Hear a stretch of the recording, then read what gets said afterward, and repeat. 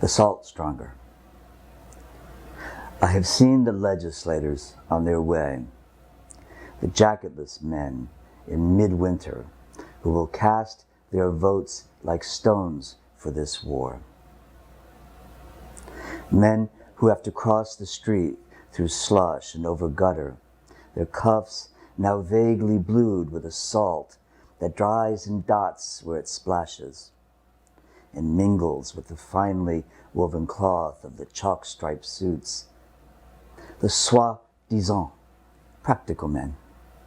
You can see them now tiptoeing, now leaping, balletic, Windsor-knotted, fragrant and shaved. They pass the window of the Capitol Deli, wherein I am writing to my friend in Baghdad. He, a witness for peace, a poet who for years has wondered what good poetry is or has been or does.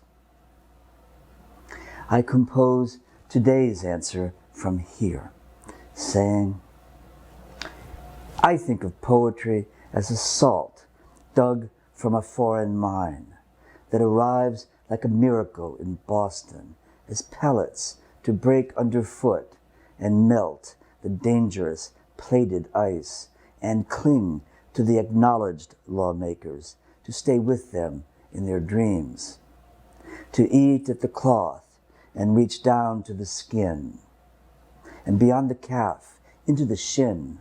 I think the soul is equivalent to bone, and that conscience must hide in the marrow, float in the rich fluids, and wander the honeycomb at the center.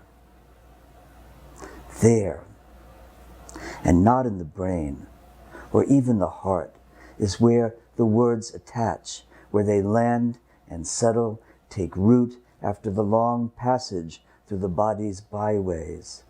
Just think, I write, of how some poetry rolls off the tongue, then try to see the tongue in the case that faces me. A curious, thick extension of cow flesh, fresh from a butcher's block, grainy and flush.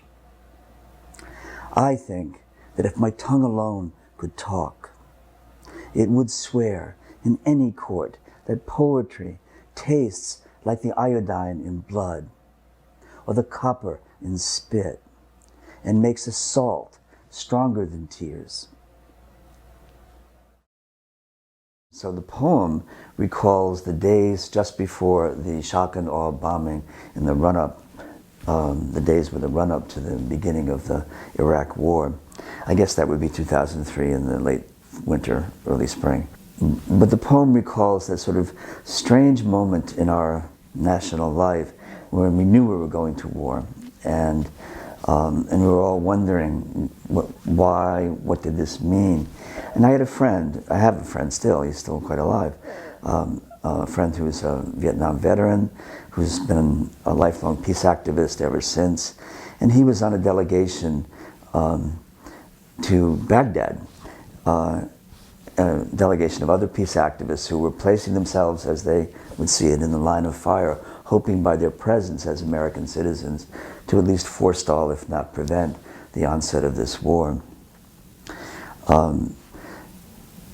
I'm in the Capitol Deli, which is a conflation of a couple of places, but it's a deli, a lunch counter near the Massachusetts State House, and I'm having my lunch, eating my sandwich, and I'm looking out the window, and I'm seeing what well-dressed men, and they were all men, were making their way through the ice and the snow of late winter toward the legislative chambers.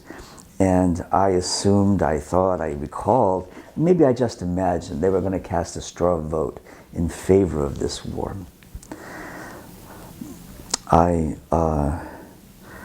I was wondering, at that moment, what it meant for them to be doing that. And then I remembered how they wanted to write something. I could feel that stirring. I remembered that. That was probably the note that really began everything.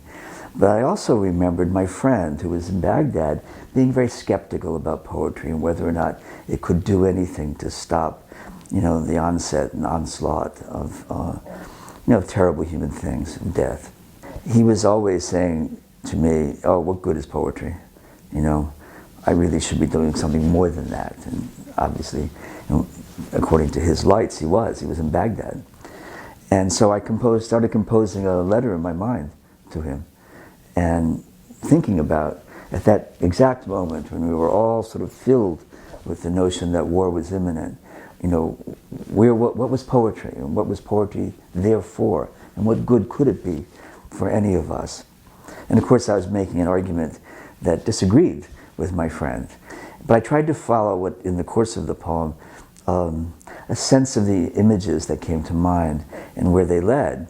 And as best as I can understand the poem, and I'm sure there are other things going on in it other than what I understand, but I tried to follow it inward, as far as I could, and hopefully, I hope anyways, with some degree of accuracy, follow those images to the point where I could touch upon, or at least get a glimpse of, this mysterious thing that we so casually and frequently refer to as a conscience.